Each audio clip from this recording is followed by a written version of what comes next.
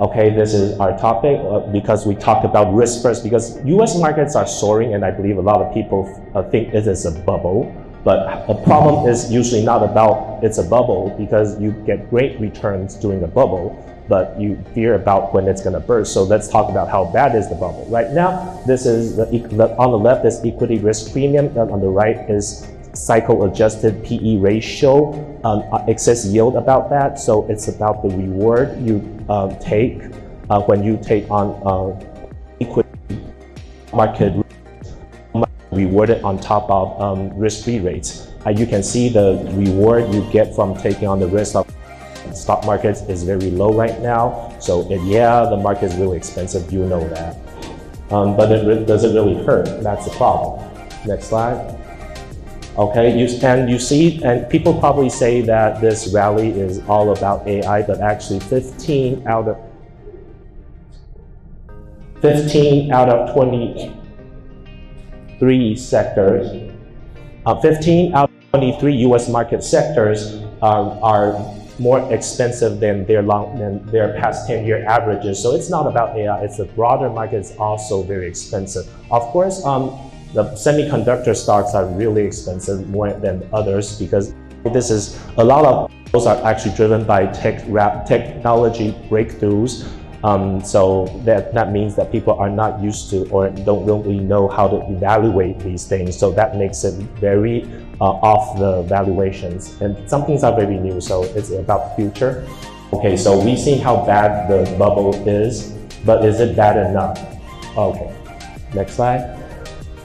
Okay, but now let's compare the bubbles. Like the dot-com bubble, you have the enabler, that's Cisco, and now this time it's AI, so AI enabler, AI chipmaker, NVIDIA. But they probably have similar stock market runs, but there's one thing that's really different, is that Cisco didn't grow earnings fast. So you see when the stock market rises, the valuation comes down, is also becoming more expensive. But you see that NVIDIA growing earnings very fast, so now you see that the farther the stock price rises, actually the valuation becomes cheaper. This is one big difference between now and then. Oh, so it's probably the bubble isn't bad enough, right? And the next thing is that then when will bubbles burst?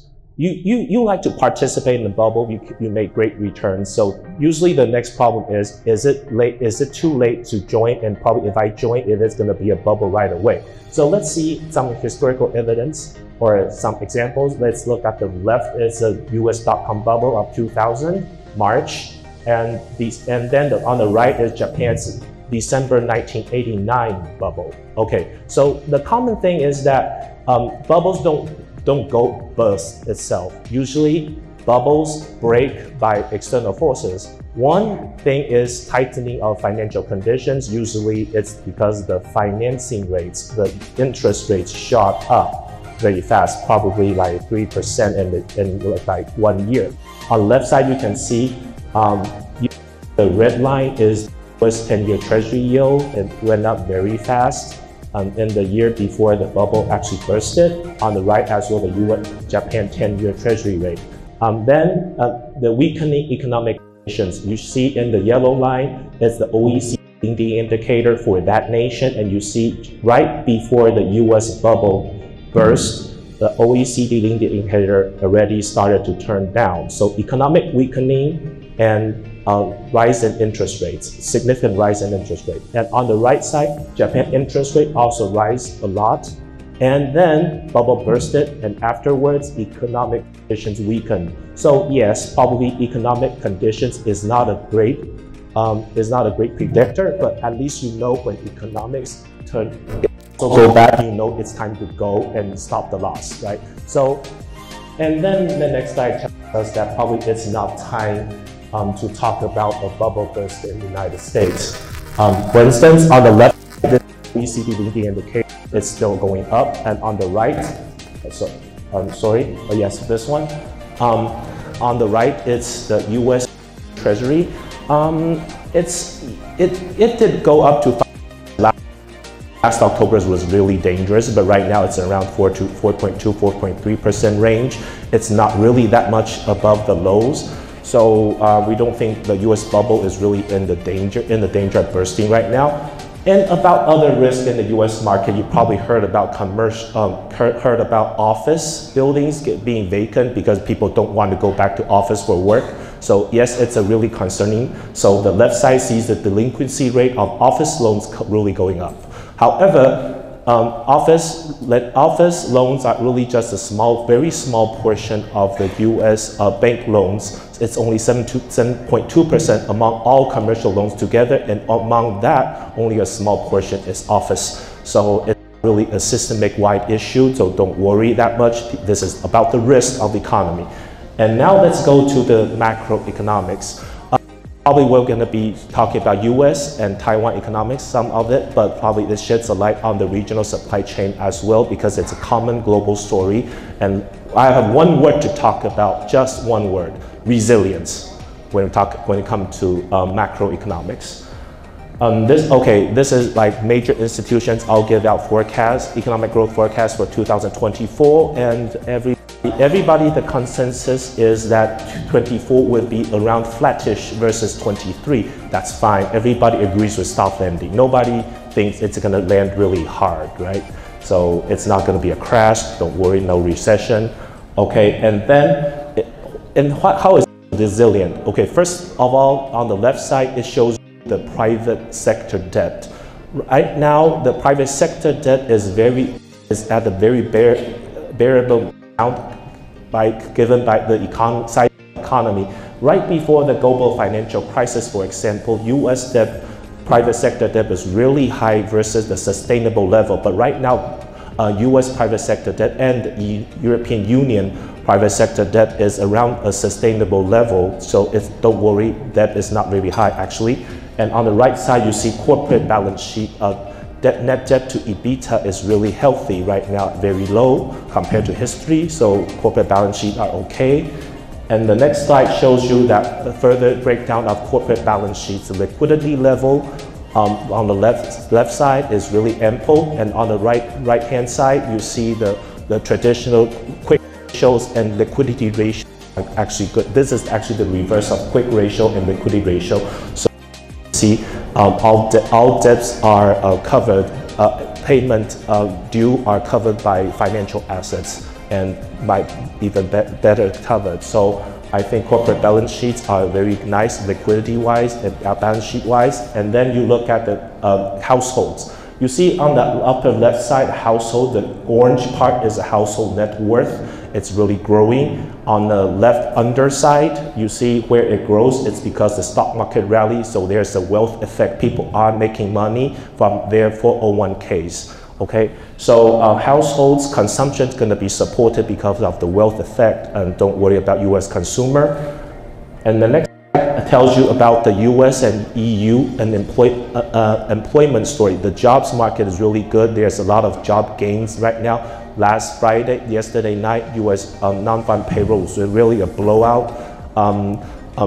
More higher job creations and lower unemployment rate, and even higher labor participation rate and more hours per week. That makes the total labor income increase by a lot. And if inflation continues to moderate, that is really good for consumer spending. So don't worry, US consumers are great, and even European consumers are also doing fine.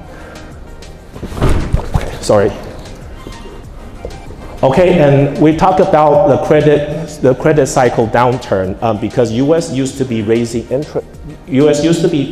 interest rates, and so people are fearful about US raising interest rate and tightening of credit conditions. So senior loan officers used to be tightening loan standards back last year. But however, since the Fed started to signal they're not going to raise rates even further, so the lending standards started to ease, started to come down, and so does the recovery of credit demand. You see this across EU and US and Europe, and across households and corporates. So this is the 4 diagrams of that. You have, without going into detail, you see the credit demand recovering as this lending standards ease, as there's no risk of higher rates. So Now you see the inventory cycle gradually coming to the end. You see that after 8 quarters of destocking in the US market, you see the inventory level is already down and it's starting to come out of the inventory cycle clock. And once it passes the 45 degrees line on the quadrant, lower left quadrant, you can see start to feel that the restock cycle or inventory cycle upswing is coming. Cyclical expansion is short. You see this in the United States, and you also see this so you look at the numbers. Where is it? Like ISM new orders divided by inventory. You see the red line in the up chart and the lower chart. This is the orders divided by inventory. You see it's gonna start to recover, and every time there is a recovery in this order divided by inventory, you see a stock market rally, the US stock market going up. So this is probably what we're gonna see right now. And then after looking at the United States, let's look at Taiwan. Of course, where I come from, so this is where our research is. You also see the same thing about ending of the inventory down cycle. So cyclical expansion in US, cyclical expansion in Taiwan. And probably Taiwan is a little bit early because early participant because we have TSMC semiconductors are upstream. So when they're upstream and then gradually midstream, downstream supply chain, I believe the entire Asian supply chain is gonna be in the recovery mode. And then you see, for instance, you look at Taiwan's major export destinations by share on the left side, and these major destinations on the right side also got their economic growth forecast revised upward. So I think that Taiwan exports to these countries. A lot of them, Vietnam also exports too. So it's also a regional story or the global story. But then another trend is the US-China trade war. And every country, basically, when China gets a sneeze, everybody benefits, right? So a lot of everybody has got more exports to United States on the left. Everybody gained in their share to United States. However, a lot of countries also increased their imports from China, except for Taiwan. Taiwan gained more exports to United States than Taiwan's growth of imports from China, so Taiwan really got a gain. But Vietnam, as well as other Asian countries, basically by how much they gained, they increased their exports to the United States. They also increased the imports from China. So do they really benefit that much, or is it like product origin washing? We don't know, but probably policymakers can look further into it. Maybe US knows this and will start doing something if probably say Trump gets reelected, right? He knows how to do it. So this is probably one thing you have to notice. And then we talk about tech trends. Okay, Taiwan is a tech island, so basically 2 or 3 out of 4 high school students study science, which is among the highest, I believe, in the world. So there's a lot of social cost inflicted because I study finance, so probably I'm not the beneficiary of that. That's very sorry of me. But let's talk about some tech trends. These are a lot of tech inventions for the past couple hundreds of years, and one common thing is that more recent technologies get introduced and adopted and become widespread in use much faster than earlier technologies. So just compared to this, AI, it's like 1.5 years since ChatGPT was released, and you're already seeing the AI almost everywhere. Like we use ChatGPT in our work. It really speeds up a lot of things, especially, for instance, translating. Of course, I did this translation manually, but a lot of things that you can use ChatGPT to help you, right? So adoption of technologies are really fast. And however, you probably noticed that, for instance, probably every one of you grew up as the PC, the personal computer, started to enter the market. But before the production efficiency gains of the personal computer started to show up, everybody had to buy a PC. Everybody had to have network online. be online and learn how to use computer software, emails and stuff. And before everybody knew how to use personal computer or production organization was digitalized, you did not see all the benefits of the production of a new technology. So you see like the production efficiency actually went down during the early stages of technology and breakthrough technology introduction. This is common for personal computer for everything, okay? And so it's bear with it. So when you are introducing a new technology, you have to know sometimes you have to do some lead investment. But actually, at this time of the AI, you see a lot of investment already very fast. You say that this is US construction spending, residential, non-residential, but among the non-residential, you see the manufacturing construction spending really shot up much faster than all other categories. Probably this is AI stations, right? Buildings that host AI servers. This is shown in this is part of the black line that really grows very fast. And so you look at the text. The left side is the black line is year-on-year growth of traditional servers, single digit. That's not very exciting. On the right side, that's AI servers, year-on-year growth. Of course, because of the low base period, you see the numbers come down because it eventually becomes a higher base. You're not going to get that incredible tenfold growth or something, but you still see the AI server is going to be like 60%, okay? So you see a lot of demand, and this has come from Taiwan Equity Research. I'm not a really tech expert to talk further, but you can see that's really going on. I don't see why, yeah.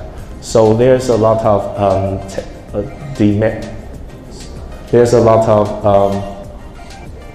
I don't know what this is, but you see a lot of tech demand going on, a lot of themes to invest in. Of course, I know that you're more interested in the Vietnam markets, but I just want to say Taiwan have a lot of stock choices for tech. So you also look into Taiwan for some tech insights when you looking for research reports. And that's what one of the strengths Yuanta can offer. We are the largest in Taiwan. Okay, and the final part is about interest rates, and I think this is the most exciting part for you guys, because after we talked about and the macro and tech, we can finally come to the conclusion what's most important of you guys. And I think that the topic to talk about is that actually US people invest in US Treasury probably have to be a bit more careful.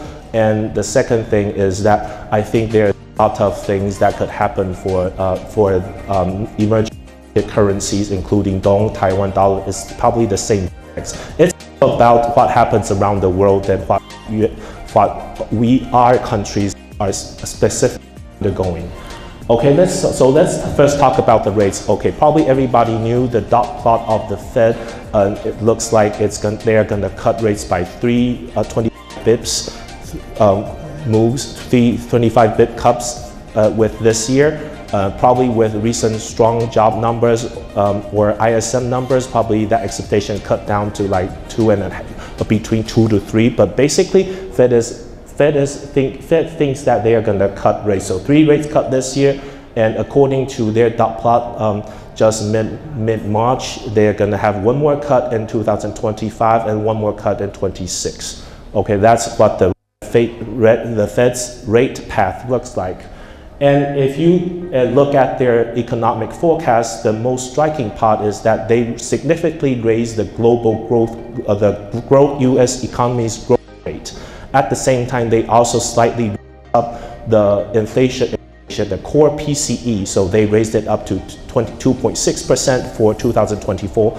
And the growth rates of this year and the next 2 years are raised up significantly, so the US will have higher than long-term average growth rate for 24, 25, and 26. So the Fed thinks the economy is going to be hotter than they thought, and inflation is going to be higher than they wanted. So under this context, the Fed still kept the dot plot at cutting 3 times this year is still very significant. That means the Fed is not hawkish at all. They want to be doves, just give them a reason, okay? So don't worry, the Fed's gonna cut. And then just look at what the Fed's dot plot shows you and the so-called Taylor's rule. Okay, according to Taylor's rule, if you put in the economic forecasts of a Fed's SEP, which, like for instance, growth rate of unemployment rate and inflation rate of this year, next year, and next 2 years, you'll find that Fed actually should be raising rates. However, the Fed did not. So the Fed wants to be a dove. This is what I want to tell you. The Fed's Taylor rule interest rate higher than it is now, according to inflation and unemployment forecast. And the inflation and inflation forecast, the Fed should be raising rates. They did. They want to be. Okay. And then it comes to the problem. Inflation is hard to come down. And then why should you be so confident that US is going to come down? So there's a lot of investors have lesser confidence. The 10-year yields are going to come down. So there's actually a risk in US Treasuries. US Treasuries are around 4.3 range right now. So there's a big risk that if inflation doesn't come under control and US growth rates are getting better, cyclical expansion we just say. So I think investing in US 10-year Treasuries, people doing that have to be a bit more careful. I know probably you guys are not very in on that, but you have to know US rates are actually, long-term rates are at the risk of being much higher right now. So that also means that people thinking that the Fed should be cutting rates and probably a weaker dollar should be a little assumptions on rates and currencies. So you look, this is also another view of US bond valuations. We think that we're at the lower, we are of so-called reasonable. So reasonably speaking, unless you really have a very good reason, like for instance, for asset allocation, or else I don't think you really should be that much invested in US bonds. If you really want to, please invest in short duration rather than duration. That's the one advice I can give you as a former bond portfolio manager. Okay, and probably some people think that because of the Fed going to cut rates sooner or later anyway, and then then US long-term yields going to come down, so you might as well just come in and buy and expect capital gain. However, this time, did you remember we talked about this is a non-recession year. So you're going to get a rate cut, but it's not a recession because it's not a recession. So we look at past experience, 1995, there was a rate cut, but it's not a recession. That was the last time that happened. And you see that before the actual rate cut, yes, long-term yields did come down, but after the rate cut, the bond yields rebounded very fast. Okay, so if the Fed doesn't cut rates that much, probably you're going to be disappointed with your capital gains on US bonds. Okay, finish the US bonds. Let's look at the US fiscal path.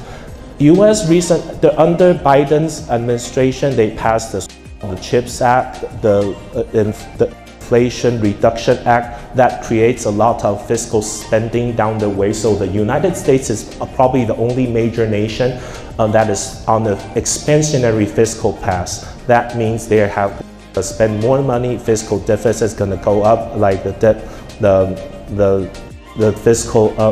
fiscal spending is going to go up. So probably their rates are not going to be down anyway because they are expansionary on fiscal. So probably that means higher rates. But also, yes, this is a bull case for gold because when government fiat money is thinner, you probably want to preserve a little bit in gold. However, in every cyclical expansion, it's also not so good for gold. So gold bulls, that is not a very good. Probably it's a more neutral case than people want to believe. And then you look at the China. China is really in an asset bubble, aftermath of the asset bubble, and with Japan's experience, you know that it's not time for a government to step in, like increase fiscal spending to support the country, because Japan, they are at government debt GDP like 220s or 30%, right? China knows better not to do that. But then if it's a tough question, how are they going to get out of this? Are they going to devalue their currency? Well, that would be a terrible case for the region's economies, because that would be create competitive devaluation, and that's not good. However, China is a big country. They have face to save, so they are not going to devalue their currency. So they have to devalue their asset prices and devalue their wages. But that's a very sticky thing. So it might take some time, and that buys the regional economies more time to gain from China's downfall. This is actually a good case. And so, then look at the Vietnam case. From the real interest rates perspective, Vietnam looks like, if you believe in the official inflation numbers and you look at the end of year policy rate and inflation rate forecast, and you say that, oh, Vietnam is like 1.5% on real interest rate versus the US close to like 1.8, 1.9 level. So in the real interest rate perspective, Vietnam is not really that attractive for foreign capital. And even among ASEAN countries, Indonesia and Philippines provide a more attractive case on the real interest front. So probably you think that even with the cyclical expansion phase, I think that the strengthening of the emerging market currencies, probably other countries will come have a more stronger case than Vietnam. So I think that this is what I have to share with you about the global economy and market risks and trends. Thank you, guys.